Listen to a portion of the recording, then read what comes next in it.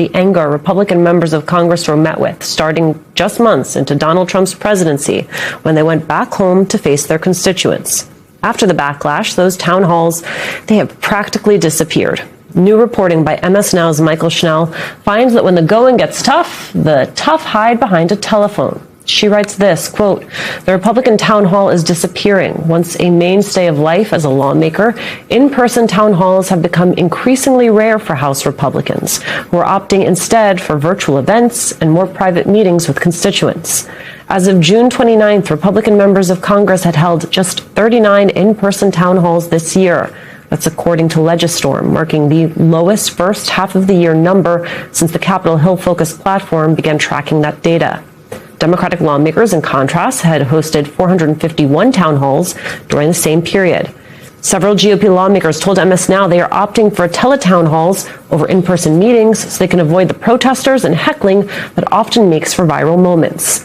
While those lawmakers might have avoided viral humiliation for now, their disappearing act has done little to endear them to voters. A new poll by Andersen finding that Republicans are now trailing Democrats by 8 points on a generic congressional ballot. I want to bring a New York Times bestselling author, former host, and creator of WNYC's award-winning Studio 360, Kurt Andersen, is here. His new novel, The Breakup, is out now. We're going to talk about that in just a minute. Tim is still with us. It is good to see you, Kurt. Safe to say these Republicans are not like winning a Profile and Courage award right now?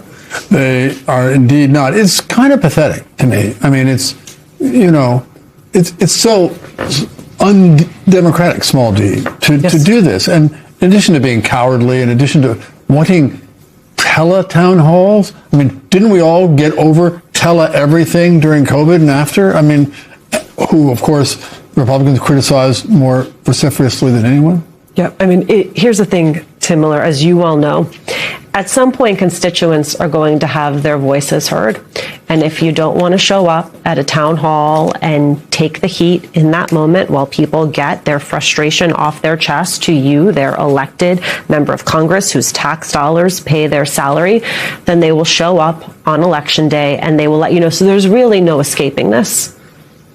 Yeah, no. And look, it allows rightly their political opponents to use it against them. And you have to balance that at some level. You have a responsibility to your constituents as a member of Congress, allegedly. And I think a lot of these guys feel like they don't because their ego has overtaken their obligation to why they got into this job in the first place. But if you just put that aside, even and just look at political considerations. Voters, they want to have an opportunity to express their concerns. And if it seems like you're hiding from them, they're likely to go another direction. I mean, it's a little corny, but Abdul El-Sayed has been calling Mike Rogers Mike Dodgers because he's not going in front of voters. And that's the type of thing that is sticky with people. And I think that a lot of these guys have gerrymandered themselves into safe seats. They don't have to worry about it. But look, in a wave year like this, there's a lot of people like Mike Flood in Nebraska who are running in seats they've won by 10, 11, 12 points. And they're in danger. And I don't think they know how to handle it. There was a special election in Pennsylvania last week where it was a seat Trump won by 18 points and the Democrat won. So, look, I think that they're a little bit kind of paralyzed by this. They don't want to go out and get yelled at, but they also aren't doing anything to help their political prospects. Right, and they don't have any models to look to because it's not just members of Congress. The Trump administration also seems completely unable to answer basic questions. I want both of you to listen to the sound of Scott Bessent. There are signs that the job market may be cracking a little bit. Got a weak job report last month. I'm curious about your assessment as to how much we can handle all of this. I think the jobs numbers are quite noisy, and again, sir, the other thing that's important too is like the jobs that we're seeing are going to Americans. After the deportations that we've seen during President Trump's administration and the closing of the border, that this unfettered migration, we don't need to produce as many jobs.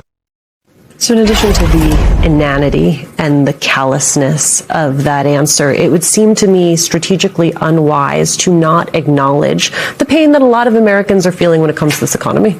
But it is the de facto Trump administration thing. You don't feel it. It's fine. It's fine. It's, of course, what beat Kamala Harris is there, and the Biden before her, denying the basic lived experience, as we say, of people with the economy.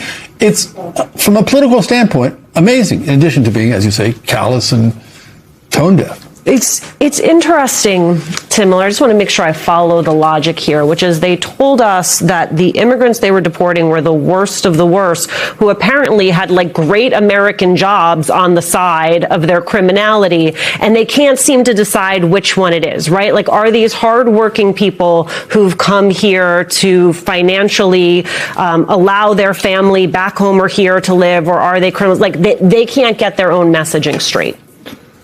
It kind of goes back. There's a relationship a little bit to the argument during the tariffs that, the kids can have fewer dolls. I thought this was supposed to be the golden age where we were going to have this great economic boom in the country. We were going to bring manufacturing back to the country.